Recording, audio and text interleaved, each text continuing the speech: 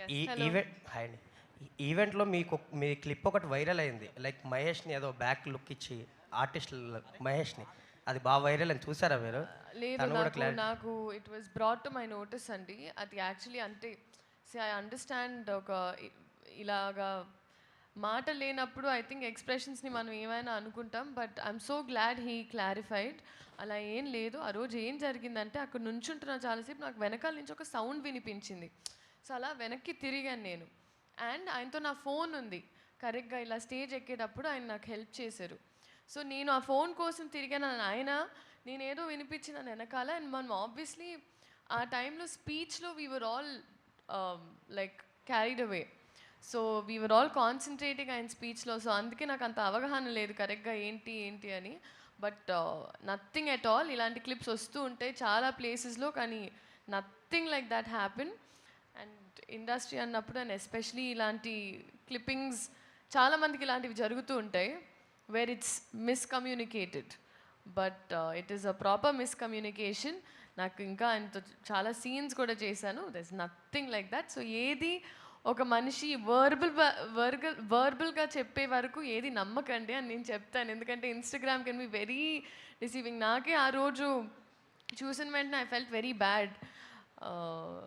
ఎవరు ఆరోగెన్స్ కాదు, ఎవరు అవన్నీ big big words, arrogance or misbehaving, nothing like that. ఎప్పుడైనా నా నుంచి అయినా ఇండస్ట్రీలో ఎవరి నుంచి అయినా మేమేమైనా చెప్పాలనుకుంటే మేము మా నోటి ద్వారా చెప్పేస్తాం. మీరు క్లిప్పింగ్స్ వల్ల నమ్మకండి. Thank you.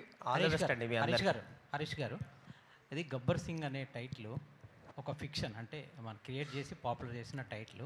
భగత్ సింగ్ అనేది ఒక నేషనల్ హీరో టైటిల్స్. అంటే ఈ టైటిల్ పెట్టాలన్న ఆలోచన ఎందుకు వచ్చింది? అదే సార్, ఖచ్చితంగా మనకి నేషనల్ లీడర్స్ని గుర్తు చేసుకున్న కొత్త జనరేషన్స్కి స్వాతంత్రం వచ్చి ఇన్ని సంవత్సరాలు అయిపోయింది కాబట్టి ఎక్కడన్నా అవకాశం ఉన్నా, ఎక్కడన్నా సందర్భం ఉన్నా సర్దార్ వల్లభాయ్ పటేల్ కానీ, సుభాష్ చంద్రబోస్ గారు కానీ, భగత్ సింగ్ గారు కానీ వీళ్ళందరూ నా ఫేవరెట్ లీడర్స్. ఖచ్చితంగా అవకాశం ఉన్నప్పుడు భగత్ సింగ్ గారి గురించి, పటేల్ గారి గురించి సందర్భం వస్తే చెప్పాలి. కాబట్టి చెప్పినందుకు మీరందరూ నన్ను అభినందించాలని కోరుకుంటున్నాను. రాశి గారు ఉస్తాద్ మీకు ఒక స్పెషల్ ఫిలిం అని మేము అనుకుంటున్నాము. సో పవన్ కళ్యాణ్తో స్క్రీన్ స్పేస్ షేర్ చేసుకోవడం ఎలా ఉంది, ఆ ఎక్స్పీరియన్స్ చెప్పండి మ్యామ్. చాలా బాగుందండి. చాలాసార్లు చెప్పాను నేను ఆయనకి పెద్ద ఫ్యాన్ అని. వర్క్ చేసే ముందు కూడా చాలా ఇంటర్వ్యూస్లో కూడా చెప్పాను. And I think it was a dream come true moment for me. And నేను ఇది కూడా చెప్పాను దట్ చాలా తక్కువగా మాట్లాడతారు కానీ ప్రతి ఒక్క మాటలో ఒక విలువ ఉంటుంది. సో చాలా నేర్చుకున్నాను ఆయనతో పని చేస్తున్నప్పుడు. I learnt about stardom, I learnt about humility, హంబల్గా ఉండాలి no matter where life takes you. And ఆయన ఫ్యాన్స్తో కూడా it was a great experience అండి during the pre release event. And నా లైఫ్లో కూడా I think this is the biggest film that have been a part of. So very very excited అండి, very grateful. Harish garu sir, మీ రీమేక్ల విషయంలో చాలామంది గుచ్చి అడుగుతుంటారు. నేను ఈ మధ్యలో అర్బాజ్ ఖాన్తో ఇంటర్వ్యూ చేసినప్పుడు ఆయన ఒక మాట చెప్పారు. గబ్బర్ సింగ్ సినిమా చూసిన తర్వాత మళ్ళీ నేను హిందీలో రీమేక్ చేయాలనిపించేంతగా హరీష్ గొప్పగా చేశాడు అని ఒక మాట అన్నాడు. Thank you sir. మీ నోట్లో పంచదార భయ్యా. సో మీ రియాక్షన్ ఏంటి సార్? సార్ నిజంగా అప్పుడు అడిగారు కూడా.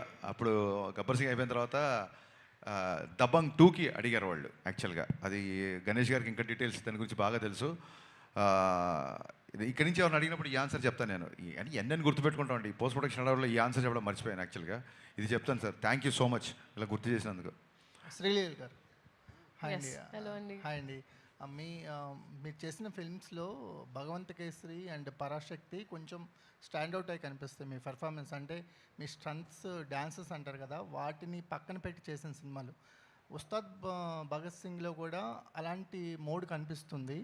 ఎలాంటి ఎక్స్పెక్టేషన్స్ ఉన్నారు? అంటే మీ స్ట్రెంత్ శ్రీలీల అంటే వేరే డాన్సెస్ అంటారు కదా, అవి పక్కన పెట్టి కొన్ని సినిమాలు చేస్తున్నారు కదా, పరాశక్తి కానీ భగవంత్ కేసరి కానీ.